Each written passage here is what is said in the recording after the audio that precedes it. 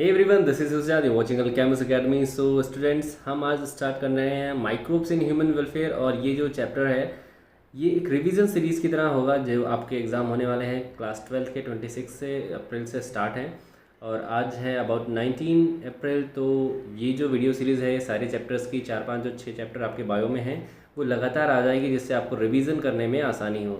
So without wasting any time let's start the video. हम लोग पढ़ रहे हैं microbes in human welfare. Okay, microbes in human welfare it means कि we are going to discuss about all about the microbes.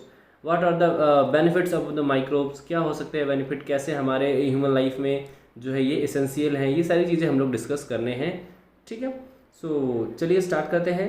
First of all, what are microbes, microbes होते क्या हैं इनकी हम लोग बात करते हैं। तो यहाँ पे लाइन लिखी हुई है माइक्रोब्स और माइक्रो ऑर्गेनिज्म। ओके, यहाँ पे डिस्कस कर रहे हैं हम लोग microbes and micro organism. These are organism that we can not see by the naked eye. हम ऐसे ऑर्गेनिज्म को देख रहे हैं, मतलब पढ़ रहे हैं जिनको हम नेकेड आई से देख नहीं सकते हैं। ठीक है, ईजिली आपको ऑब्जर्व नहीं होगा। वैसे तो बहुत सारे माइक्रोब्स हमारे स्किन पे है ना, बैक्टीरिया वायरसेस वगैरह अलग अलग तरह के रहते हैं, पर फिर भी हम उसे नेकेड आई से ईजिली ऑब्जर्व नहीं कर पाते। ठीक है, so that's why these microbes can be said as these are microscopic. ये क्या है बेटा? माइक्रोस्कोपिक है। ये कैसे हैं? माइक्रोस्कोपिक। ठीक है, ये पेन इतना अच्छा चलता तो नहीं है, लेकिन फिर भी कोशिश कर रहे हैं आपको इजीली समझाने की। आप लैंग्वेज पे जाइएगा ज़्यादातर। सो अब अकरेंस की हम लोग अगर बात करते हैं, अकरेंस इसका क्या है बेटा? तो अकरेंस के लिए अगर हम देखते हैं तो ये हर जगह होते हैं। दे फाउंड एवरीवेयर, ये हर जगह पाए जाते हैं, है ना। तो यहाँ पे एक लाइन लिखी है, these can be found everywhere. ये कहाँ होते हैं? हर जगह होते हैं। और ऐसे ऑर्गेनिज्म या ऐसी चीज़ जो हर जगह पाई जाती है उसे हम कॉस्मोपॉलिटन कहते हैं। ठीक है, like they found in soil, they found in water, they found in air, they also found in the living bodies, है ना। बॉडीज़ के अंदर हम लोग के, आपके अंदर होंगे, है ना, एनिमल्स के अंदर होंगे, डिफरेंट काइंड ऑफ एनिमल्स के अंदर होंगे, ये हर जगह होते हैं। And also they can found in the thermal vents, मतलब जहाँ पे टेम्परेचर मोर देन 100 डिग्री होता है या 100 डिग्री का अराउंड भी होता है, वहाँ पे भी पाए जाते हैं। They can be found. ठीक है, deep in the soil, soil के अंदर होंगे।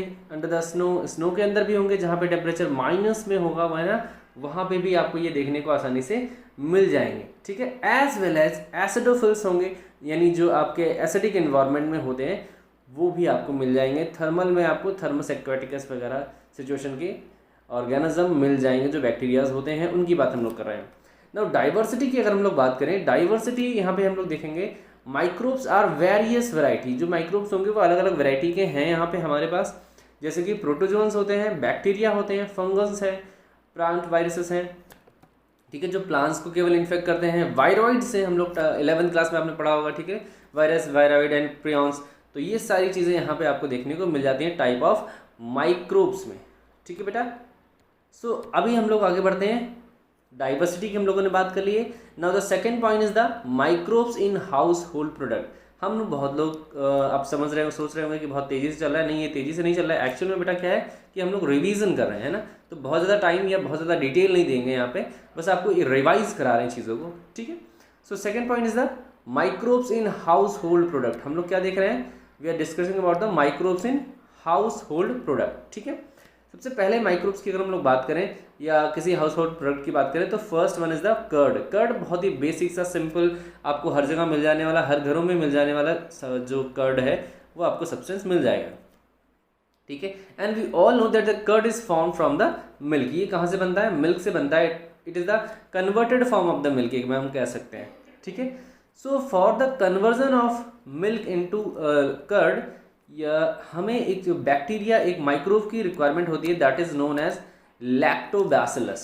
We can say that is known as lactobacillus. एक ऐसा बैक्टीरिया जिसका नाम है बेटा लैक्टोबैसिलस, और जिसे हम कहते हैं LAB, which means lactic acid bacteria. It helps to convert the milk into the curd. ठीक है, ये क्या करेगा? मिल्क को कर्ड में कन्वर्ट करने में हेल्प करता है। ठीक है, ईजिली इसको जो है कन्वर्ट कर लेते हैं।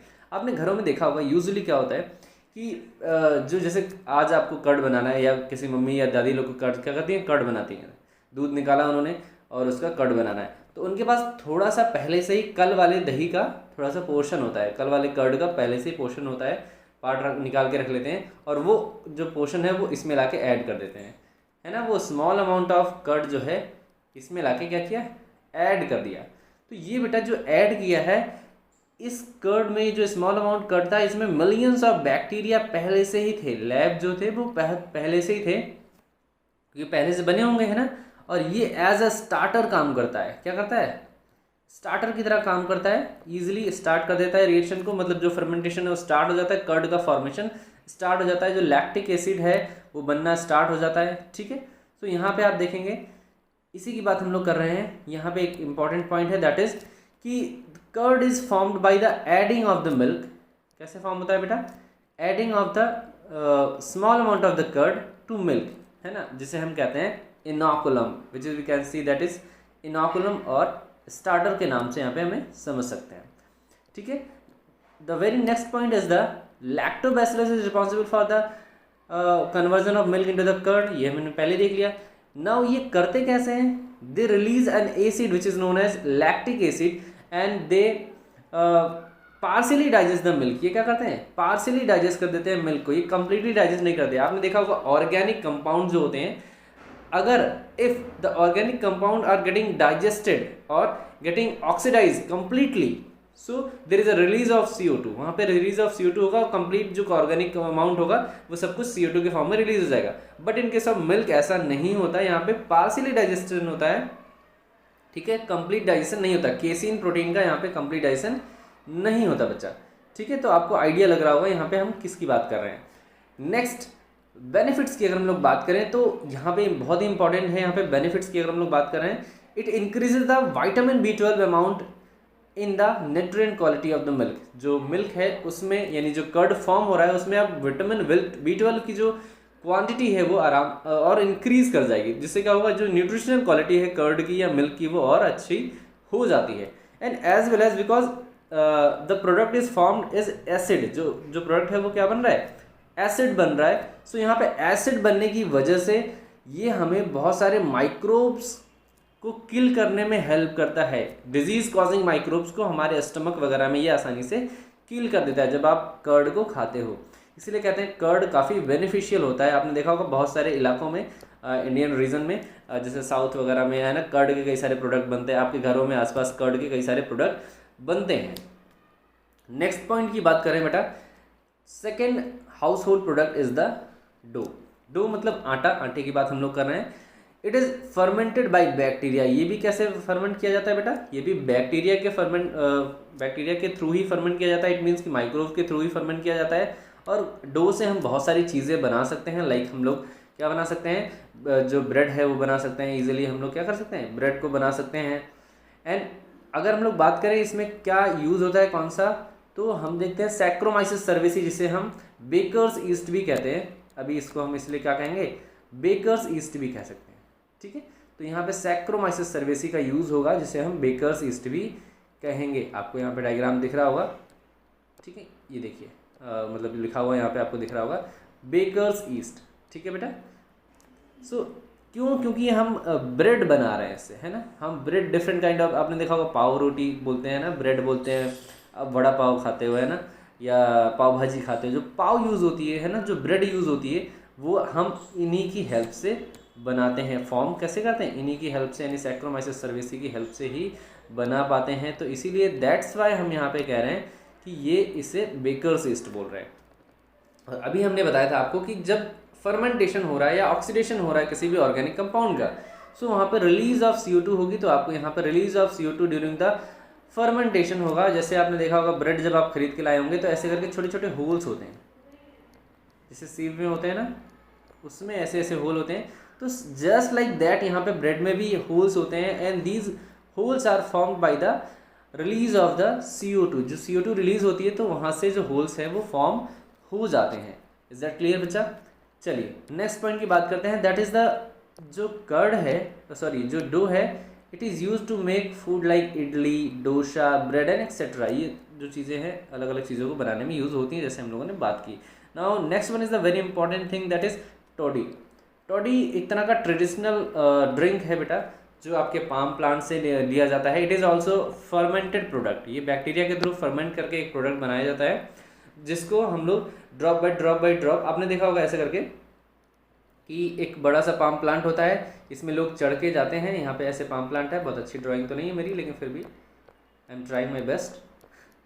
तो यहाँ पे क्या करते हैं, ये लोग चढ़ के जाते हैं और यहाँ पे एक पॉट लगा देते हैं, एक बर्तन यहाँ पे लगा देते हैं, और धीरे धीरे इसको क्या करते हैं, यहाँ से कट लगा देते हैं। इसका जो सैप है यहाँ पे रिलीज होता रहता है ड्रॉप बाय ड्रॉप, और ये पॉट एकदम से फिल हो जाता है, धीरे धीरे फर्मेंटेड रहता है और फिल हो जाता है, और फिर इसे थोड़ा सा प्यूरीफाई करके ड्रिंक के लिए यूज़ करते हैं, जिसे हम टॉडी का नाम देते हैं।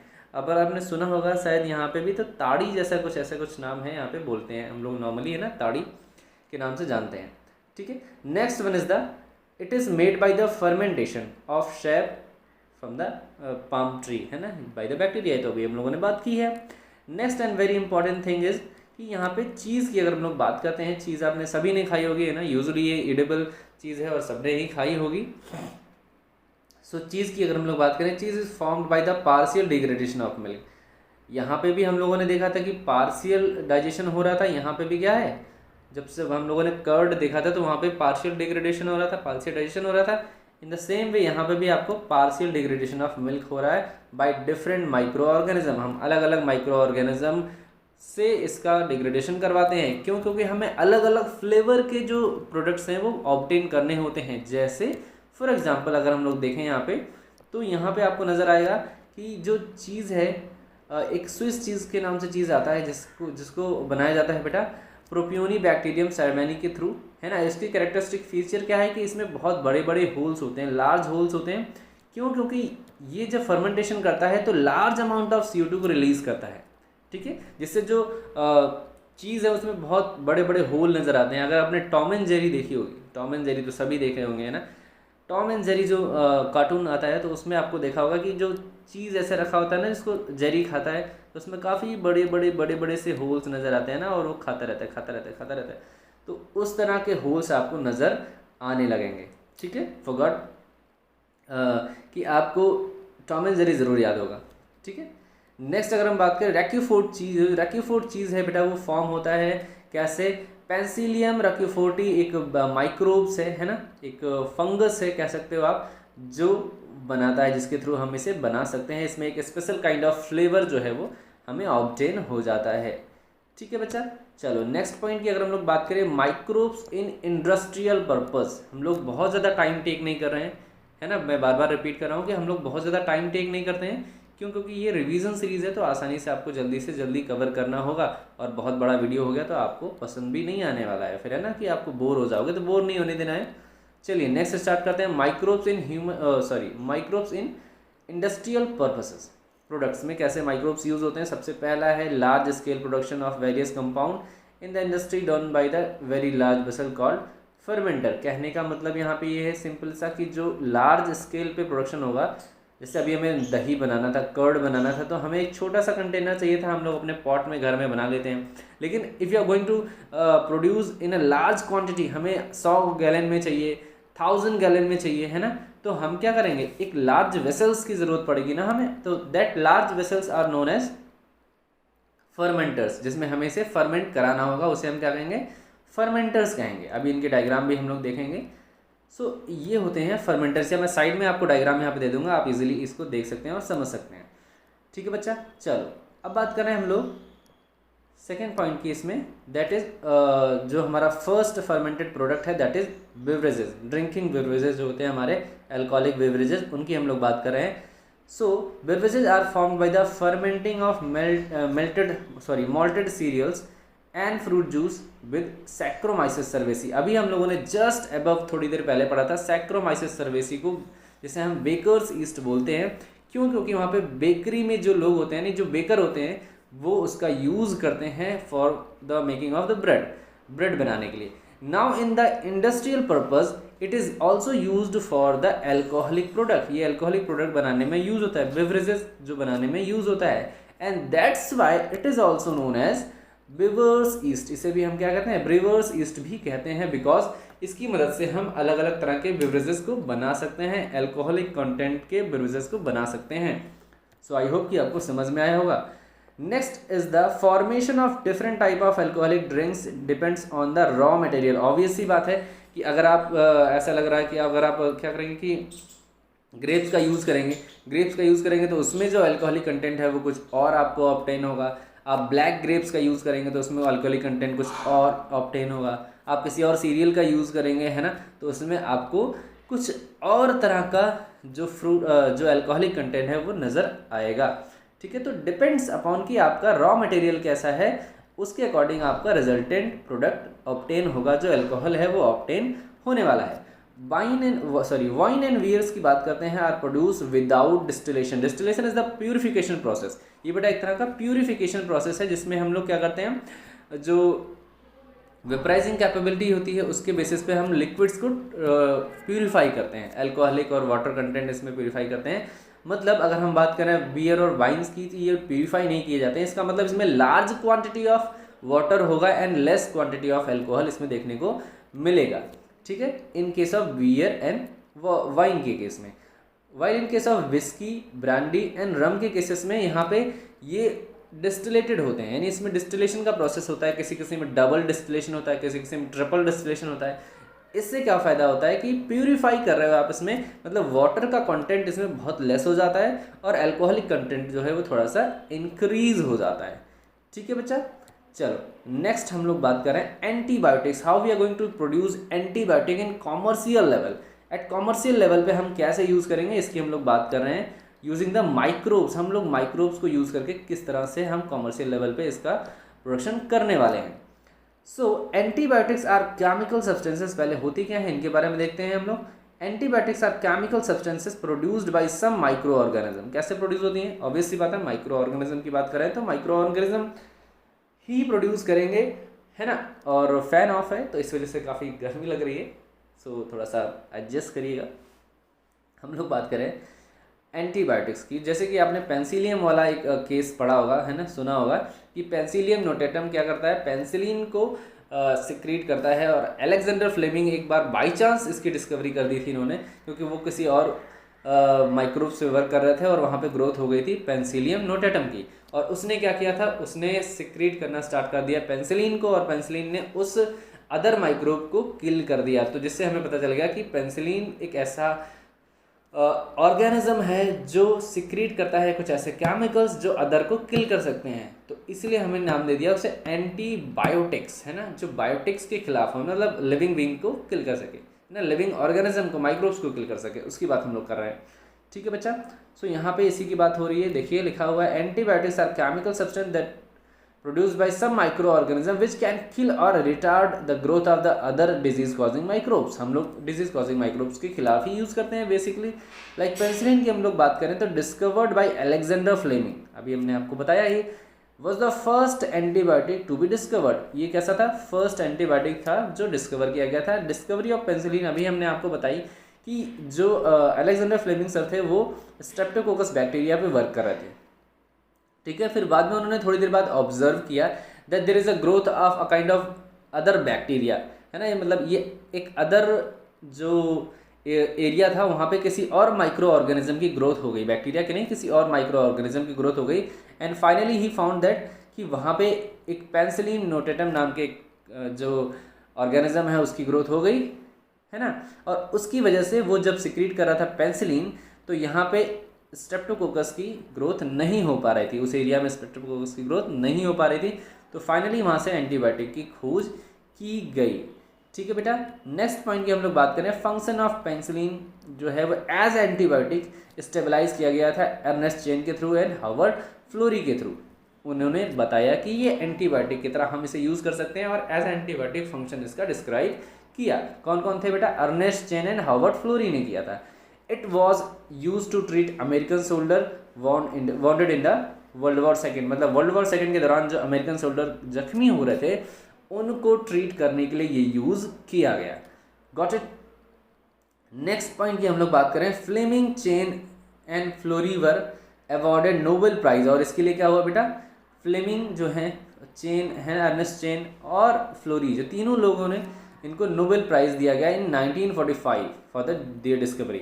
आपको पता होगा कि नोबेल प्राइज़ ऐसी चीज़ों के लिए दिया जाता है जो सोसाइटी के लिए बहुत ही अच्छी हो, है ना, काफ़ी जो ह्यूमनिटी को सपोर्ट करे, है ना, समहाउ ह्यूमनिटी को सपोर्ट करे, तो इस चीज़ों में नोबेल प्राइज़ दिया जाता है। ठीक है, नेक्स्ट पॉइंट की हम लोग बात करें, diseases cured by antibiotic include plague, whooping cough जिसे हम काली खांसी भी कहते हैं, डिफ्थीरिया जिसे गला घोंटू डिजीज़ भी कहते हैं, एंड लेप्रोसी जिसे हम कुष्ठ रोग भी कहते हैं। तो इस तरह की डिजीज़ को हम एंटीबायोटिक्स की हेल्प से क्योर कर सकते हैं। ओके, चलिए moving to the next point, हम लोग यहाँ पे एक टेबल है उसको डिस्कस करेंगे। सो टेबल की बात करते हैं यहाँ पे, organic acid and alcohol produced by micro organism या मेटाबॉलिक एक्शंस के थ्रू जो माइक्रो ऑर्गेनिज्म प्रोड्यूस करते हैं एसिड या अल्कोहल, उनकी हम लोग बात कर रहे हैं यहाँ पे। सबसे पहले देखेंगे सिट्रिक एसिड, ये बहुत इंपॉर्टेंट है और आपको यहाँ पे क्वेश्चंस इससे मिल सकते हैं, इंपॉर्टेंट है तो इसको याद करके जाइएगा। That citric acid is produced by Aspergillus Niger. किससे प्रोड्यूस होता है बेटा? एक माइक्रोब है दैट इज एस्परजिलस नाइगर। याद रखिएगा क्या है बेटा? एस्परजिलस नाइगर एक ऐसा माइक्रो ऑर्गेनिज्म है जो सिट्रिक एसिड प्रोड्यूस करता है। ठीक है, नेक्स्ट अगर हम लोग बात करते हैं तो ये एस्परजिलस नाइगर क्या है? It is a fungus. देखिए आपको 3 बैक्टीरिया और 2 फंगस मिल रहे हैं। ठीक है, तो ये याद रखिएगा। अदर जो 3 हैं जैसे कि एसिटोबैक्टर एसिटी या फिर क्लोस्ट्रीडियम ब्यूटालिकम या फिर लैक्टोबैसिलस स्पीसीज जो होती हैं ना, ये तीनों की तीनों बैक्टीरिया हैं आपकी। और जो सैक्रोमाइसिस सर्वेसी है ये तो हम लोगों ने पहले ही देखा था कि ये क्या है? It is a fungus. So second अगर हम लोग बात करें एसिटोबैक्टर, ये एसिटिक एसिड यानी विनेगर को बनाता है। आपको पता होगा, यूजुअली आपने पढ़ा होगा इसके बारे में। विनेगर सिक्रेट करता है जो कि एक बैक्टीरिया है, दैट इज़ अ बैक्टीरिया। बेटा क्या है? ये बैक्टीरिया है। दूसरा क्लोस्ट्रीडियम जो है आपका क्लोस्ट्रीडियम ब्यूटालिकम, ये भी आपका ब्यूटारिक एसिड सिक्रेट करता है यानी ब्यूटारिक एसिड फॉर्म करता है। ठीक है बेटा, प्रोड्यूस करता है और ये भी एक बैक्टीरिया है। लैक्टोबैसिलस भी एक बैक्टीरिया है, नाम से ही क्लियर हो रहा है आपको। लैक्टिक एसिड प्रोड्यूस करता है। And the last one which is a fifth one is saccharomyces cerevisiae which is a yeast we can say which is a fungus. वो क्या है? एक फंगस है बेटा। ठीक है, सो ये टेबल बहुत इंपॉर्टेंट है, आपको इसे ज़रूर याद कर लेनी है। आपके एग्जाम पर्सपेक्टिव से कुछ ना कुछ इसमें से ज़रूर आपको मिलने वाला है। नेक्स्ट एक और टेबल बनी है जिसमें हम लोग एंजाइम्स एंड इनके यूजेस की बात हम लोग कर रहे हैं। एंजाइम्स आपने पढ़े होंगे, इसकी हम लोग बात करते हैं। जैसे कि lipase enzyme, it is use to detergent formulation. ये कहाँ यूज़ होता है बेटा? डिटर्जेंट के फॉर्मुलेशन या डिटर्जेंट बनाने में हेल्पफुल होता है काफ़ी ज़्यादा। पैक्टिनेज एंड प्रोटीएजेज, ये बहुत इंपॉर्टेंट है। आपने देखा होगा मार्केट से जब आप जूस लेके आए हैं, है ना, जूस लेके आए हैं तो बहुत ही क्लियर जूस होता है, लेकिन आप घर में जब आप अपने मशीन से जूस निकालते हैं तो काफ़ी सारे उसमें थ्रेड फाइबर्स नज़र आते हैं। तो एक्चुअल में क्या होता है? ये प्रोटीन फाइबर्स होते हैं, प्रोटीन थ्रेड्स होते हैं जो डिजॉल्व नहीं होते हैं, जो आपके घर में लेके आते हो, लेकिन मार्केट में उन्हें ट्रीट किया जाता है पैक्टिनेज प्रोटीएजेज से, जिससे क्या होता है कि वो डिजॉल्व हो जाता है और डिजॉल्व होने की वजह से आपका जूस क्लियर दिखाई देता है। ठीक है, सो क्लियरिफाइंग बॉटल जूस। अच्छा, एक ऊपर वाला बच गया था। लाइपेज की एक और यहाँ पे है कि ऑयल स्टेन वगैरह को रिमूव करने में हेल्प करता है। लाइपेज क्या करता है? क्योंकि ये फैट को डाइजेस्ट कर सकता है, लाइपेजेस आप जानते ही होंगे ना, तो ऑयल स्टेन वगैरह को आसानी से ये रिमूव कर देता है। Streptokinase one of the important है यहाँ पे, that is produce by the streptococcus and modified by genetic engineers. ये किसको जरा मॉडिफाई किया गया है बेटा? जेनेटिक इंजीनियर्स के थ्रू मॉडिफाई किया गया है। Which is widely use as a clot buster, which is very important, that is the streptokinase is used as a clot buster. ये कैसे यूज हो रहा है? क्लॉट बस्टर की तरह यूज़ हो रहा है ना। जब भी कोई पेशेंट जो है अचानक से मेडिकल इमरजेंसी आ जाती है, कहीं पे क्या हुआ कि हैमरेज हो गया, कहीं पे इंटरनल ब्लीडिंग हो गई और वो इंटरनल ब्लीडिंग ऐसी है कि उसे रिमूव नहीं किया जा सकता, तो इंजेक्शन के थ्रू स्ट्रेप्टोकाइनेज दिया जाता है एंड स्ट्रेप्टोकाइनेज दे के उसे डिजॉल्व कर दिया जाता है। तो ये इंपॉर्टेंट है, आपको इसे याद रखना पड़ेगा। ठीक है बेटा, and the very last one is the invertase. नाम से ही क्लियर होगा, इन्वर्टेज, इन्वर्ट कर रहा है ना। तो ये बेटा इन्वर्टेज शुगर होती है, ये आइसक्रीम वगैरह बनाने में हेल्प करती है। जो कॉन्फेक्शनरीज होती है वहाँ पे इसका यूज़ किया जाता है। एक और टेबल है which is also very important, इसकी भी थोड़ी सी हम बात करते हैं कि यहाँ पे दिया गया है एक मॉलिक्यूल है जिसे हम साइक्लोस्पोरिन ए कह रहे हैं, है ना। हालांकि ये एंजाइम तो नहीं है, लेकिन एक केमिकल कंपाउंड, एक मॉलिक्यूल है जिसे हम साइक्लोस्पोरिन ए कहते हैं। And that is secrete by the fungus which is known as trichoderma polysporum. ये कहाँ सिक्रेट हो रहा है? ट्राइकोडर्मा पॉलीस्पोरम से सिक्रेट हो रहा है। ठीक है बेटा, and it is very important, यहाँ पे भी याद रखिएगा, वेरी इंपॉर्टेंट, सो ये यूज़ होता है immunosuppressive agent during the organ transplant. आपको पता होगा जब आपने ऑटो इम्यून या इम्यूनिटी पढ़ी होगी ना, सेल्फ रिकॉग्निशन का property of the immune system पढ़ी होगी आपकी बॉडी की, ठीक है। अब हमारी बॉडी के पास सेल्फ रिकॉग्निशन प्रॉपर्टी होती है कि हमारे बॉडी के अपने ऑर्गन को पहचान जाती है। सो वहाँ पे ग्राफ्ट रिजेक्शन आ जाता है अगर आप इसे यूज़ नहीं करते हैं। और कोई अगर ऐसा पर्सन है जिसमें बहुत ज़्यादा डिफरेंस है दो पर्सन में, मतलब पेशेंट और जो डोनर है उनमें काफ़ी ज़्यादा डिसिमिलरिटीज़ हैं, फिर भी उसे ऑर्गन डोनेट किया जा रहा है, तो ऐसे में ग्राफ्ट रिजेक्शन के चांसेस बहुत ज़्यादा होते हैं। या जनरेशन गैप ज़्यादा होगा तो वहाँ पे भी ग्राफ्ट रिजेक्शन के चांसेस ज़्यादा होते हैं। तो ग्राफ्ट रिजेक्शन के मिनिमाइज़ करने के लिए वहाँ पे हमें इम्यूनोसप्रेसिव एजेंट देने पड़ते हैं लाइक साइक्लोस्पोरिन ए, ठीक है बेटा। याद रखेंगे ये कब यूज़ होगा, जब हमें ऑर्गन ट्रांसप्लांट करना होगा तब। Very next point is the statin. Statin is also obtain from the fungus which is Monascus purpureus. Monascus purpureus एक फंगस है जिसको वहाँ से ऑब्टेन किया जाता है। और ये भी बेटा इंपॉर्टेंट है, ब्लड कोलेस्ट्रॉल लोअरिंग एजेंट है, मतलब ब्लड में कोलेस्ट्रॉल के लेवल को कम करने में हेल्प करता है। और बहुत सारे ऐसे एंजाइम्स को इनहिबिट करता है बनने में जो कोलेस्ट्रॉल फॉर्मेशन को प्रमोट करते हैं, है ना। मतलब जैसे कि हम कोलेस्ट्रॉल को प्रमोट करते हैं बनने के लिए, तो ये हमारे ऊपर आके बैठ जाएगा, कहेगा नहीं भैया आपको कोलेस्ट्रॉल नहीं बनाने देंगे हम, ठीक है। तो स्टेनिन का कुछ इस तरह से काम होता है जिससे वो ब्लड कोलेस्ट्रॉल को लेवल को कम कर देता है, ठीक है बेटा। चलो very next point is the microbes in sewage treatment. और ये भी इंपॉर्टेंट पोर्शन है, इसमें तो शॉर्ट आंसर या लॉन्ग आंसर भी आपके आ सकते हैं, क्योंकि आपका जो पेपर है बेटा वो 13 क्वेश्चन पेपर्स का होगा, मतलब 13 क्वेश्चंस आएंगे इसमें। और आपने देखा होगा इसमें लास्ट क्वेश्चन 5 मार्क्स का है जो वेरी लॉन्ग क्वेश्चन है, और इसमें फिर short question, very short question इस तरह से दिए गए हैं, 2 मार्क्स के, 3 मार्क्स के। तो यहाँ पे इंपॉर्टेंट बात ये है कि कहीं से भी इसमें पूछा जा सकता है ना। डिस्क्रिप्टिव है, ऑब्जेक्टिव नहीं है, तो उसी अकॉर्डिंग आपको पढ़नी भी है, तैयारी भी उसी अकॉर्डिंग करनी है, ठीक है। अब ये मत सोचिएगा बहुत लंबा वीडियो है, ईजिली आप देखेंगे बहुत अच्छी अच्छी चीज़ें समझ में आएंगी आपको। नेक्स्ट बात करते हैं माइक्रोब्स इन सीवेज ट्रीटमेंट। सीवेज होता क्या है पहले इसकी हम लोग बात करते हैं। Sewage is a municipal waste, मतलब जो नॉर्मली घरों से निकल के आता है, आसपास मोहल्लों से निकल के आता है, जो गंदगी, जो गंदा पानी होता है नालों के थ्रू जाता है ना, वहाँ पे उसे हम कहते हैं सीवेज, है ना। Which containing large quantity of human excreta, जिसमें क्या होता है large quantity of human excreta होता है, ठीक है। And why we need the sewage treatment, हमें नीड क्या है, तो हमें इसलिए नीड है क्योंकि उस ऑर्गेनिक मैटर को डिजॉल्व करके उसमें जो प्रेजेंट वाटर है, मतलब जो वाटर है उसका यूज़ हम किसी अलग अलग जगहों पे कर सकते हैं, है ना। तो इसलिए हमें जो सीवेज ट्रीटमेंट की ज़रूरत है। और हम करते क्या हैं, देखिए इसमें sewage contains a large amount of organic matter. इसमें क्या होता है, ऑर्गेनिक मैटर बहुत ज़्यादा मात्रा में होता है, ठीक है, इसको हम जानते ही हैं। And pathogenic microbes before discharging a natural bodies, क्योंकि हमें कहीं ना कहीं तो इसे पानी को छोड़ना ही होगा, सीवेज को छोड़ना ही होगा, तो उससे पहले हमें इसे मिनिमाइज़ करना होता है, मतलब इसे लेस पॉल्यूटेड बनाना पड़ता है ना। जिससे कि अदर जगह जाके, जैसे हम गंगा का भी अपने सुना होगा, कानपुर में गंगा है तो वो बहुत ज़्यादा पॉल्यूट होती जा रही है, क्योंकि वहाँ पे सीवर लाइंस वगैरह जो है डायरेक्ट गंगा में छोड़ी जाती हैं, है ना। सीवेज जो है वो डायरेक्टली गंगा में छोड़ा जाता है, तो इससे क्या पॉल्यूशन जो है उसका बढ़ता जा रहा है, उसमें जो माइक्रोब्स हैं वो ग्रो हो जाते हैं, डिजीज़ कॉजिंग माइक्रोब्स ग्रो हो जाते हैं, उसकी जो अंदर फिशेस हैं उनको किल कर देते हैं ना, वहाँ पे जो हैबिटाट है, जो इकोसिस्टम है उसको डिस्टर्ब कर देते हैं, ठीक है बेटा। तो इसकी ज़रूरत हमें इसलिए पड़ी। यहाँ पे बात कर रहे हैं सीवेज की। Sewage is a treated in sewage treatment plant, STPs, जिसे STPs कहते हैं इन्हें हम। और ये सीवेज ट्रीटमेंट प्लांट अलग अलग शहरों में बहुत जगह स्टेबल की गई हैं। यहाँ पे एक गंगा एक्शन प्लान की बात की गई है एंड यमुना एक्शन प्लान की बात की गई है, विच इज़ ऑर्गेनाइज और initiated by the ministry of environment and forest. किसके द्वारा बेटा, ministry of environment and forest के थ्रू इसको इनिशिएट किया गया है। और इसके अंतर्गत हम देख सकते हैं large number of STP will be build to treat the sewage before they discharge in the rivers to reduce the मतलब देयर पॉल्यूशन।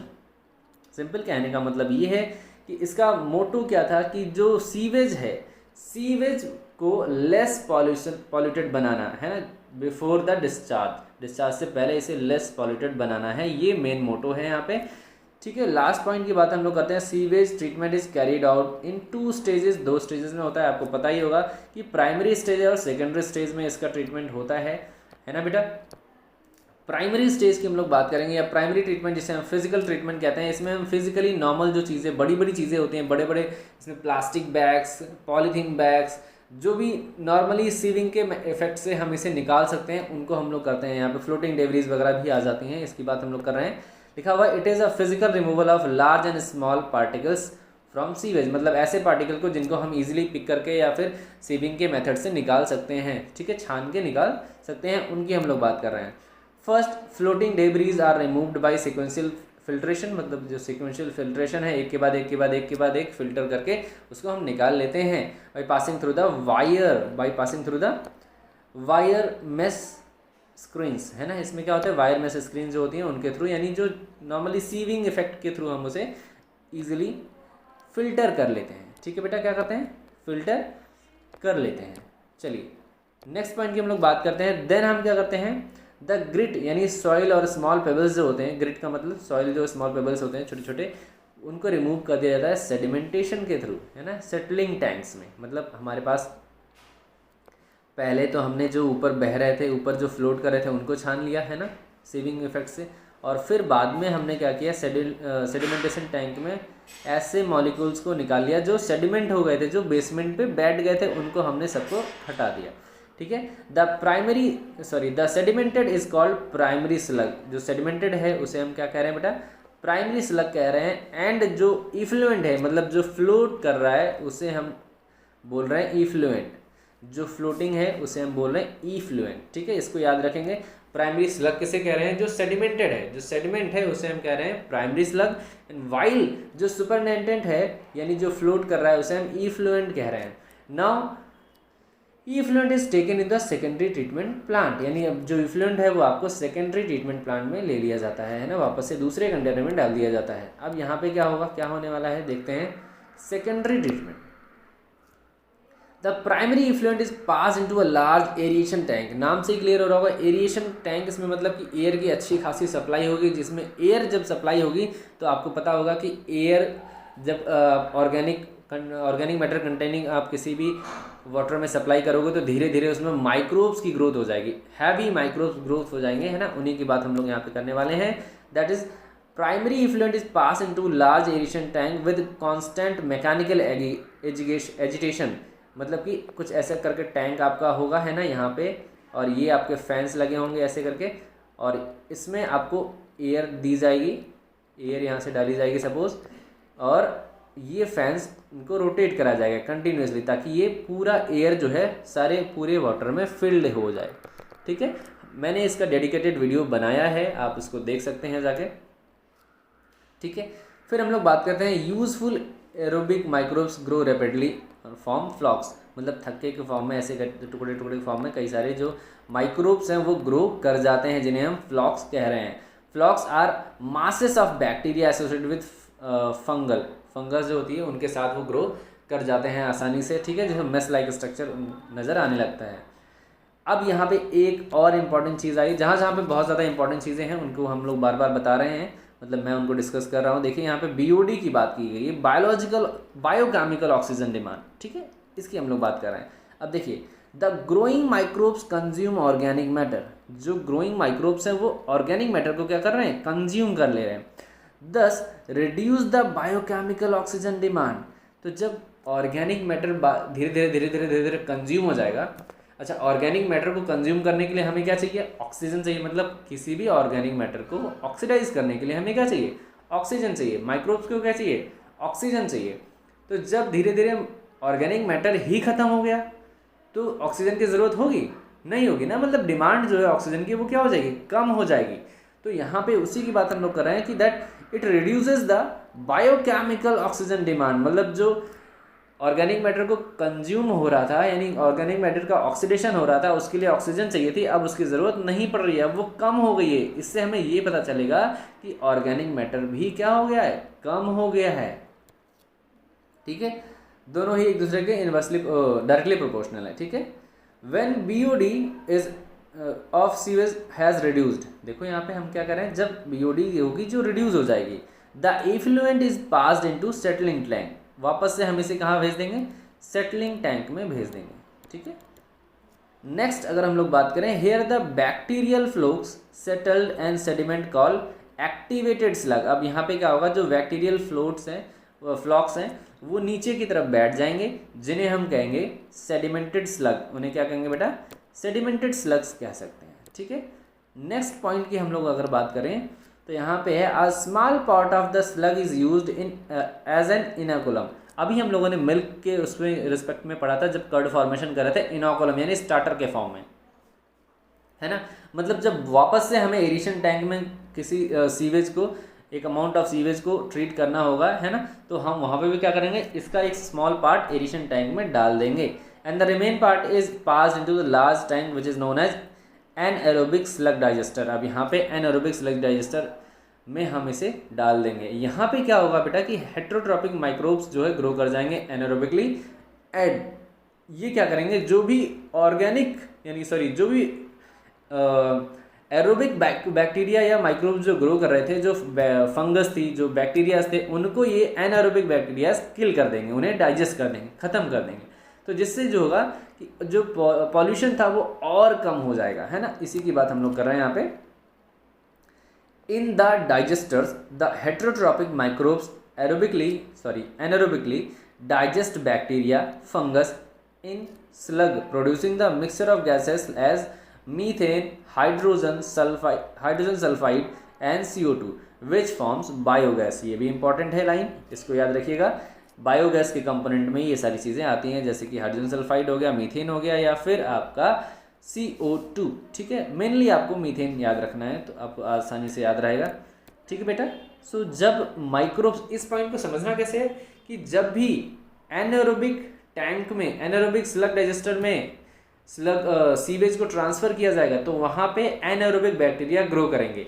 और ग्रो किसको करेंगे, ग्रो किसके ऊपर करेंगे, मतलब किसको कंज्यूम करने वाले हैं ये लोग, ये एरोबिक बैक्टीरियाज को कंज्यूम कर लेंगे। ठीक है, और यहाँ पे एरोबिक बैक्टीरिया को कंज्यूम करने के बाद H2S, CO2, मीथेन ऐसी गैसेस को रिलीज करेंगे, जिसे हम कहेंगे बायोगैस।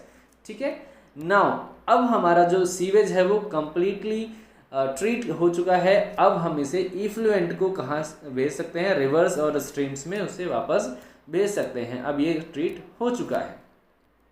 ठीक है, a little bit about biological oxygen demand, इसकी हम लोग बात कर लेते हैं। BOD referred as the amount of oxygen consumed if all organic matter in 1 liter of water oxidized by bacteria। Simply जो हम लोगों ने देखा था उसी से रिस्पेक्ट में यहाँ पे डिफिनीशन भी दे दी गई है, that is the amount of oxygen consumed if all organic matter in 1 liter of water is oxidised by bacteria. Got it, है ना। जो भी अमाउंट है ऑक्सीडेशन करने के लिए किसी भी ऑर्गेनिक अमाउंट में 1 लीटर वाटर में, उसी को हम कह रहे हैं BOD। Now VOD measure the amount of organic matter in the water. अभी हमने आपको बताया था कि BOD इन्वर्सली प्रोपोर्शनल है ऑर्गेनिक मैटर के, मतलब जितना ज़्यादा VOD होगा किसी भी सॉल्यूशन में या किसी भी वाटर में, तो वहाँ पे उसका biological oxygen demand, biochemical oxygen demand भी ज़्यादा होगा। बायोलॉजिकल वाला एक दूसरा कॉन्सेप्ट है, उसको हम लोग आगे कभी वीडियो में समझेंगे। ठीक है, सो नेक्स्ट पॉइंट की हम लोग यहाँ पे बात कर रहे हैं। BOD measures the amount of organic matter in water by measuring the rate of oxygen Uptake by microbes, है ना। दोनों ही एक दूसरे के डायरेक्टली प्रोपोर्शनल है, तो यहाँ पे आपको समझ में आ गया होगा। ठीक है बेटा, thus it is measure of organic matter present in water. Obvious सी बात है, यही हम समझने की कोशिश कर रहे हैं बार बार। Higher BOD indicate higher pollution potential. Obvious सी बात है ना, जितना ज़्यादा BOD होगा या जितना ज़्यादा पॉल्यूशन होगा उतना ज़्यादा BOD होगा, दोनों एक दूसरे के डायरेक्टली प्रोपोर्शनल हैं। नेक्स्ट पॉइंट की हम लोग बात करें बेटा, it is also important point, that is biogas. हम लोग बात करें microbe production in of biogas, है ना। माइक्रोब जो है वो कैसे बायोगैस प्रोडक्शन में हेल्पफुल होते हैं, इनकी हम लोग बात कर चुके हैं। थोड़ा सा अभी हम लोगों ने बायोगैस का पार्ट देखा था कि बायोगैस में कौन कौन से मिक्सचर होते हैं गैसेस के, उन्हीं की डिस्कशन हम लोग करने वाले हैं। Biogas is a mixture of inflammable gases like methane, CO2 produced by microbial activity that can be used as a fuel, mainly methane, जिसे हम फ्यूल की तरह यूज़ कर सकते हैं। और ऐसी गैसेस होती हैं जैसे कि मीथेन हो गया, CO2 हो गया, इनका एक मिक्सचर होता है। ठीक है, मिथेनोजेंस, ये बहुत ही इंपॉर्टेंट बैक्टीरियाज के बारे में बताया जा रहा है, माइक्रोब्स के बारे में बताया जा रहा है, that are methanogens. Okay, methanogens बच्चा ऐसे माइक्रोब्स होते हैं जो मीथेन को प्रोड्यूस करते हैं, सिंपल कह सकते हो मीथेन को प्रोड्यूस कर सकते हैं। ये कैटल्स के गट वगैरह में रहते हैं, है ना, जो सेलुलोज को डाइजेस्ट करके मीथेन, CO2 इन सब चीज़ों को प्रोड्यूस करते हैं। लिखा हुआ है यहाँ पे पार्सली मीथेनोबैक्टीरियम, मतलब पार्टिकुलरली मीथेनोबैक्टीरियम या एनारोबिक बैक्टीरिया होते हैं। ये ब्रेक करते हैं सेलुलोजिक मटेरियल को to CO2 and H2 and as well as आपको मीथेन वगैरह भी मिल जाएगी। ठीक है, पहला पॉइंट इसमें दिया गया एरोबिक, सॉरी मैं बार बार इसे चेंज कर देता हूँ, एनएरोबिक स्लग डाइजेस्टर इन सीवेज ट्रीटमेंट प्लांट, मतलब इसका यूज़ कहाँ पे होता है, एनएरोबिक स्लग डाइजेस्टर के फॉर्म में यूज़ होता है, आपने देखा होगा। फिर हम लोग बात करें और कहाँ पाया जाता है, जो र्यूमन यानी जो स्टमक का पार्ट होता है कैटल्स में, वहाँ पे ये पाया जाता है। ठीक है, ये वहाँ पे न्यूट्रिशनल क्वालिटी को बढ़ा देता है कैटल्स के लिए, मतलब न्यूट्रिशन भी प्रोवाइड करता है। Next an important point is that Indian Agriculture Research Institute, जिसे हम IARI भी कहते हैं, and Khadi and Village Industries Commission यानी KVIC develop the technology of biogas. इन दोनों ने मिलकर बायोगैस की टेक्नोलॉजी को डेवलप किया थी। हालांकि ये बायोगैस की जो टेक्नोलॉजी है बहुत ज़्यादा स्प्रेड आउट नहीं हो पाई है ना, बहुत ज़्यादा लोगों तक नहीं पहुंची, लेकिन फिर भी ये काफ़ी अच्छी टेक्निक मानी गई थी। ठीक है, एग्रीकल्चर के फील्ड में और हमारे नॉर्मल ह्यूमन लाइफ को और थोड़ा सा सिंप्लीफाई करने के लिए। यहाँ पे मैकेनिज्म दी गई है, थोड़ी सी हम लोग देख लेते हैं। डायग्राम थोड़ा सा अप करते हैं, फिर इसको हम लोग देखते हैं। ये कुछ यहाँ पे डायग्राम, टिपिकल एक डायग्राम दिया गया है बायोगैस का, जिसे हम गोबर गैस भी कहते हैं कहीं कहीं पे, है ना। तो यहाँ पे मैं डायग्राम इसे ले लेता हूँ। चलो बात कर रहे हैं मैकेनिज्म ऑफ बायोगैस कैसे फॉर्म होता है। तो यहाँ पे कुछ टैंक्स आपको दिखाई दे रहे होंगे, इनकी हम लोग बात कर लेते हैं। सिंपल सी डायग्राम आपको समझ में आ जाएगा। हमारे पास कुछ इस तरह से एक लार्ज टैंक होता है, ठीक है बेटा। इसके ऊपर एक कैप लगा होता है जिससे फ्लोटिंग टैंक होता है बीच में, जैसे आपको दिखाई दे रहा होगा। ठीक है, इसकी जो लेंथ होती है मतलब गहराई जो होती है वो 10 to 15 फीट होती है अराउंड।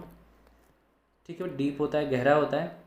एंड ये एक छोटा सा टैंक होता है जहाँ पे हम डो मतलब जो गोबर होता है, जो डो होता है, जो डंग होता है, सॉरी काउ डंग, और वाटर जो होता है उसको मिक्स करके यहाँ पे हम इसे डालते हैं, पॉर करते हैं।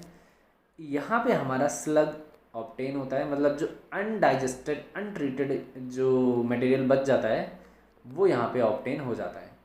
ठीक है, और ये कंटेनर क्या करता है, धीरे धीरे जैसे जैसे गैसेस बनती रहती हैं, ये अप होता रहता है और ये पूरी तरह से गैसेस से फिल हो जाता है।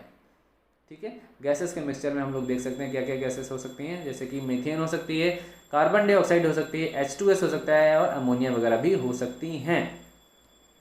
ठीक है बेटा, नेक्स्ट पॉइंट की हम लोग बात कर रहे हैं यहाँ पे, देखिए that is the raw material of the biogas production is excreta, जिसे हम डग कह रहे हैं, ऑफ कैटल, जिसे हम गोबर भी कहते हैं यूजुअली, आप जानते होंगे इसके बारे में, है ना। Which is rich in this bacteria, जो क्या होता है, रिच इन दिस बैक्टीरिया होता है। Biogas plant has a concrete tank, जिसकी हम बात कर रहे थे, ये वाला, इस टैंक की बात कर रहे थे। ये कॉन्क्रीट टैंक होता है इन विच इसका जो डीपनेस होती है वो कितनी होती है, 10 to 15 फीट होती है। In which bio waste and slurry of dung is collected, जिसको यहाँ पे कलेक्ट किया जाता है। ठीक है, डायग्राम आपको मैंने समझा दिया है, नीचे इसके कुछ पॉइंट्स हैं उसको देख लेते हैं हम लोग। The tank has floating cover, जिसकी अभी हम लोगों ने बात की थी, which rises on the production of the gas in the tank, जो क्या क्या धीरे धीरे राइज करता रहता है। आपने देखा होगा कि एक होती है गैस बिल्डिंग होती है, एक electric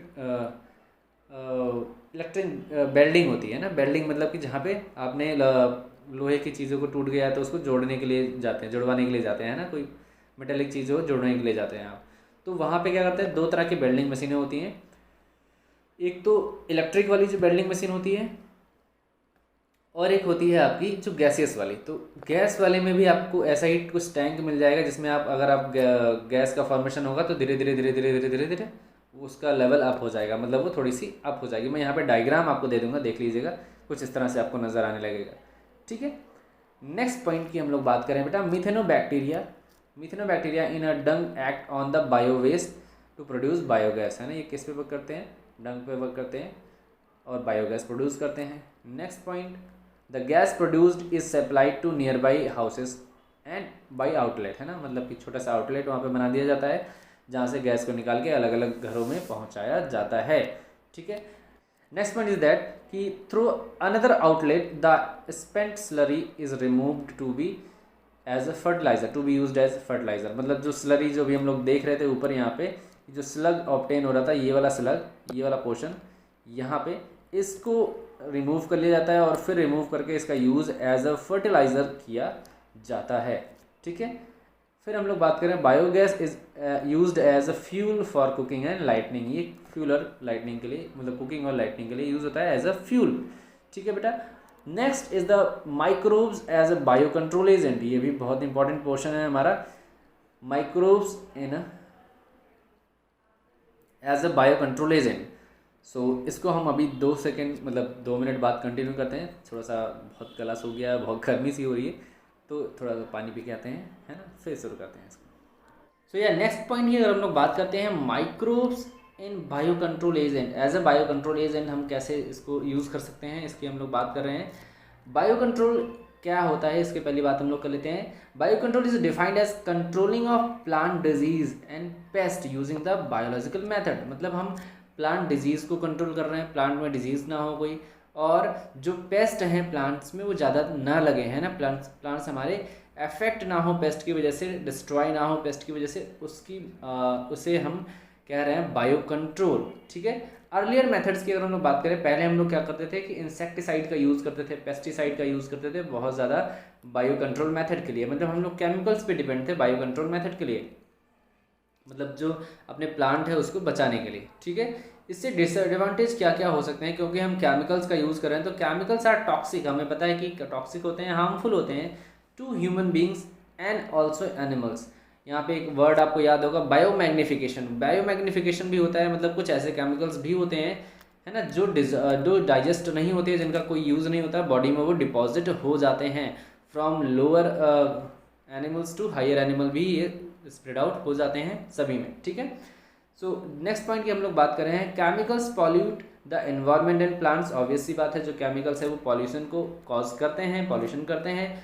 weedicide used to remove weeds also pollute the soil. जो वीडीसाइड होते हैं वो भी अपने सॉइल को क्या करते हैं, पॉल्यूट करते हैं, पॉल्यूशन करते हैं। नेक्स्ट पॉइंट की हम लोग बात करें बेटा, दैट ऑर्गेनिक फार्मिंग क्या होती है, इसके बारे में। Organic farming used a holistic approach of the following reason. मतलब क्या क्या चीज़ें इसमें हैं, अब इसकी बात हम लोग करेंगे। एक बहुत ही अच्छा मेथड है ऑर्गेनिक फार्मिंग, इसको यूज़ किया गया है। ठीक है। नेक्स्ट पॉइंट की हम लोग बात करें, keeping pest at manageable levels. मतलब जो पेस्ट है उनको एक मैनेजेबल लेवल्स पे रखा गया है by a complex system of check and balance. एक सिस्टम डेवलप किया गया जिसमें चेक एंड बैलेंस सब कुछ एकदम मैथडली किया गया है within ecosystem instead of their complete erection, मतलब इरिडिकेशन। इरेडिकेशन मीन्स हो गया कि कंप्लीटली उनको डिस्ट्रॉय कर दिया जाए। कोई पेस्ट है जो आपके खेतों में आपके फसल्स को खा रहा है, किसान की फसल को खा रहा है, तो उसको कंप्लीटली केमिकल्स के डाल के डिस्ट्रॉय कर दिया गया। अब ऐसा भी होता है ना कि जब आपने उस पेस्ट को ख़त्म कर दिया, और हो सकता है वो पेस्ट किसी और दूसरे इंसेक्ट के लिए प्रे की तरह वर्क कर रहा हो, है ना, उसके लिए नेसेसरी हो, डिपेंडेंट हो, क्योंकि इकोसिस्टम में तो हर एक ऑर्गेनिज्म दूसरे से कनेक्टेड होता है ना। तो ऐसे कंप्लीट इरेडिकेशन करने से हमें क्या होता है, नुकसान हो सकता है ना। वहाँ पे हो सकता है अदर जो पेस्ट हैं, जो ऑर्गेनिज्म हैं वहाँ पे ग्रो कर रहे थे, इसकी वजह से जो हम लोगों ने डिस्ट्रॉय कर दिया है वो अब वो भी ख़त्म हो जाए, है ना, वो भी डिस्ट्रॉय हो जाए। तो इससे बचने के लिए हम क्या करते हैं, हम एक मैनेजेबल लेवल पे इसको पूरा स्टडी करते हैं, चेक करते हैं और बैलेंस रखते हैं। हमारा जो प्रेडेटर है उसको भी, और जो प्रे है उसको भी, जो हार्मफुल पेस्ट है उसको भी। ठीक है, सभी चीज़ों को हम लोग यहाँ पे बैलेंस करते हैं ऑर्गेनिक फार्मिंग में। मतलब ये पहली अप्रोच होनी चाहिए ऑर्गेनिक फार्मिंग की, होती है। नेक्स्ट दूसरी अप्रोच की अगर हम लोग बात करते हैं बेटा, complete eradication of pest is undesirable. Obvious सी बात है, जो अभी हम लोगों ने डिस्कस किया, as without them the beneficial predatory and parasitic insect which depends on them as food or act as a host will not survive. Obvious सी बात है, जो अभी मैंने डिस्कस किया वही बात कर रहे हैं हम लोग, है ना। This will disturb the balance of ecosystem. और ऑब्वियस सी बात है, कोई भी इकोसिस्टम में अगर डिस्टर्ब हो जाएगा, मतलब कोई भी अगर एक ऑर्गेनिज्म खत्म हो गया है इकोसिस्टम से, तो पूरा का पूरा इकोसिस्टम क्या होगा, डिस्टर्ब हो जाएगा बेटा, है ना। Next is the bio control agent reduce dependency on toxic chemicals and fertilisers. तो बायोकेमिकल एजेंट ने हमारे साथ क्या किया, मतलब हम क्या बेनिफिट्स मिला, कि जो हमें केमिकल्स पे डिपेंडेंसी थी, बायोकेमिकल्स पे डिपेंडेंसी थी, सॉरी टॉक्सिक फर्टिलाइजर्स पे डिपेंडेंसी थी, उससे हमें निजात मिल गया, अब हम उस पर डिपेंड नहीं हैं। ठीक है बेटा, चलिए नेक्स्ट पॉइंट की हम लोग बात कर रहे हैं यहाँ पे। Following are some approaches of biological farming. कुछ बायोलॉजिकल फॉर्मिंग की कुछ अप्रोचेज हैं जिनके बारे में हमें जानना ज़रूरी है। जैसे the first one is familiarity with various life form inhabiting the field. It means कि एक जगह पे रहने वाले जो different kind of life form होंगे उनके बीच में किस तरह से फैमिलियरिटी है, इसके बीच में हम लोग समझ सकते हैं। एंड एज वेल एज जब हम ये जानने लगेंगे तो हम डिफरेंट जो एनिमल्स हैं या प्लांट्स हैं या फिर कोई इंसेक्ट है, इसकी लाइफ साइकिल के बारे में सब कुछ समझ में आ जाएगा। इनका ब्रीडिंग पैटर्न कैसा होता है, कैसे ये अपने प्रेडेटर से बचते हैं, क्या चीज़ें हैं, मतलब पूरी होल लाइफ साइकिल जो है वो कंक्लूड हो जाएगी, है ना। तो ये एक बेनिफिट है किसकी, बायोलॉजिकल फॉर्मिंग की। ठीक है बेटा, सम जो एग्जाम्पल है उसकी बात कर रहे हैं, some examples of bio control. First दिया है आपके बुक में, that is ladybird and dragonflies are use to get rid aphids and mosquito. Mosquito and aphid में यहाँ पे डायग्राम दे दूंगा, देख लीजिएगा। इनसे और लेडी बर्ड और डायनोफ्लैजिलेट का भी मैं डायग्राम यहाँ पे दे दूंगा। ठीक है, तो लेडी बर्ड का यूज होता है बेटा एफिड्स से बचने के लिए। जो ड्रैगन फ्लाइज होती हैं उनका यूज़ हो रहा है यहाँ पे किसके लिए, मॉस्किटोज बचने के लिए, मॉस्किटो को जो उनकी पॉपुलेशन है उसको कंट्रोल करने के लिए। हाँ, यहाँ पे ध्यान रखेंगे कि यहाँ पे कंप्लीट इरेडिकेशन नहीं करने वाले हैं हम लोग, है ना। हम लोग क्या कर रहे हैं, बायोलॉजिकल मेथड का यूज़ कर रहे हैं, जिससे क्या होगा कि जो नंबर ऑफ आपके प्रेडेटर हैं और नंबर ऑफ प्रे हैं वो मेंटेन रहेंगे, है ना। पूरे इरेडिकेशन नहीं करने वाले हम लोग। ठीक है, नेक्स्ट पॉइंट की बात कर रहे हैं, the bacteria Bacillus thuringiensis which is also known as Bt are used to control butterfly caterpillars. ये बटरफ्लाई कैटरपिलर्स को कंट्रोल करने में हेल्पफुल होता है। बहुत इंटरेस्टिंग अप्रोच है, आपने बीटी कॉटन वगैरह सुना होगा, उसके भी अभी हम लोग देखते हैं।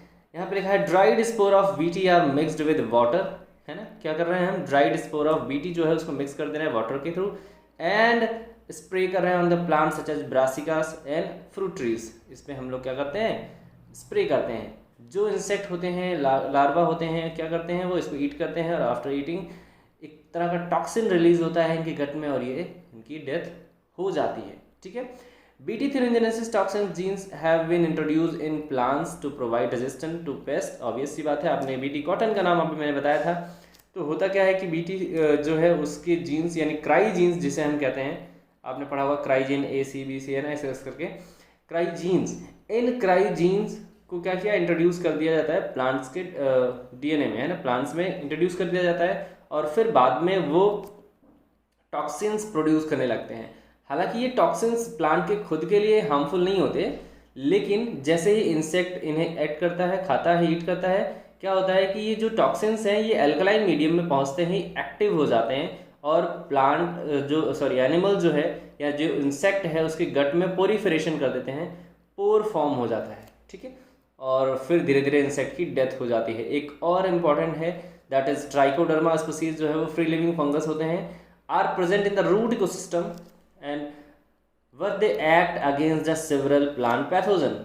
एंड जहाँ पे वो क्या करते हैं, different kind of plant pathogen से प्लांट को प्रोटेक्ट करते हैं, वहाँ पे उन्हें वो किल कर देते हैं।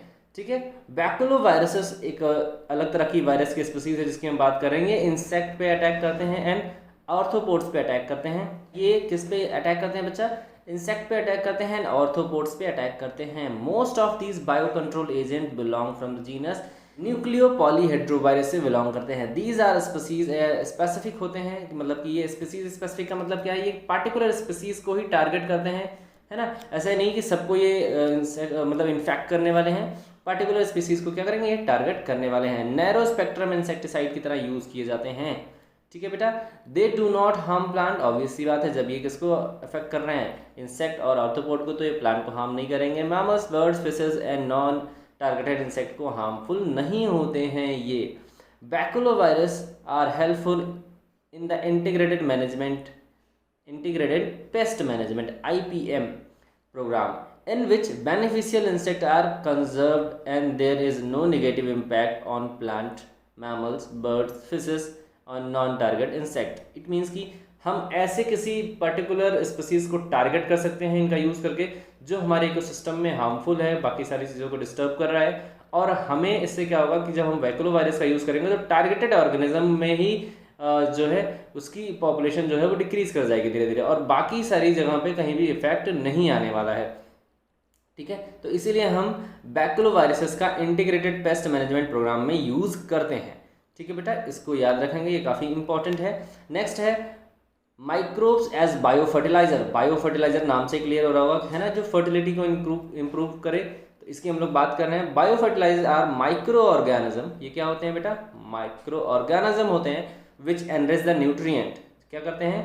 जो न्यूट्रिएंट की क्वालिटी को बढ़ा देता है। ठीक है, जैसे कि फॉस्फोरस की क्वांटिटी को बढ़ा देगा, नाइट्रोजन की क्वांटिटी को बढ़ा देगा सॉइल के अंदर। ठीक है, इन सारी चीज़ों को ये क्या करेगा? इंक्रीज कर देता है। ठीक है बेटा, नेक्स्ट बात कर रहे हैं जैसे कि हमारे पास कौन कौन से माइक्रोब्स हैं। बैक्टीरिया है, फंगस है, साइनोबैक्टीरिया है। 3 main source of bio fertiliser. ये 3 मेन सोर्स है बायो फर्टिलाइजर का, आपने पढ़ा होगा। नाइट्रोजन फिक्सिंग बैक्टीरिया वगैरह है ना, उन्हीं की हम लोग यहाँ पे बात करने वाले हैं। ठीक है बेटा, तो सबसे पहला है bacteria as a bio fertiliser, जिसमें हम राइजोबियम की बात कर रहे हैं। Rhizobium is a symbiotic bacterium. ये कैसा है? याद रखिएगा, सिम्बायोटिक बैक्टीरियम है that lives in the root nodules of legume plant. ये बहुत ही इंपॉर्टेंट है और काफ़ी दिनों से आप पढ़ते हुए चले आ रहे हैं इसे, है ना, मतलब कहीं ना कहीं आपने एग्जाम्पल इसका सुना ही होगा, रूट नोड्यूल्स का। ठीक है, तो रूट नोड्यूल्स में कौन पाया जाता है बेटा? राइजोबियम पाया जाता है, और ये क्या करता है? नाइट्रोजन फिक्सेशन का काम करता है। वो भी कौन सी? एटमॉस्फेरिक नाइट्रोजन को फिक्स करता है इनटू ऑर्गेनिक कंपाउंड में। ठीक है, चलिए नेक्स्ट बात करते हैं एजोस्पाइरलम एंड एजोवेक्टर। दोनों ही एजो हैं, देख लीजिएगा याद से, और ये दोनों ही कैसे हैं? फ्री लिविंग बैक्टीरिया हैं बेटा, विच absorb nitrogen from the soil. ये नाइट्रोजन करते हैं सॉइल से एब्जॉर्ब, और एयर से एब्जॉर्ब करते हैं, और इसे सॉल्ट वगैरह में कन्वर्ट कर देते हैं, ताकि जो है प्लांट इसे आसानी से कंज्यूम कर सके, है ना, प्लांट के लिए अच्छा होता है ये। इसलिए इससे क्या होता है कि इनसे सॉइल की जो फर्टिलिटी है वो भी इंक्रीज हो जाती है। फंगस की बात कर रहे हैं, fungus as a bio fertiliser. Fungi from symbiotic association which root high in plant which is known as mycorrhiza, है ना, मतलब कोई ऐसा रूट है अगर और फंगस उनमें आ जा रही है ना, फंगस का यहाँ पे क्या हो रहा है?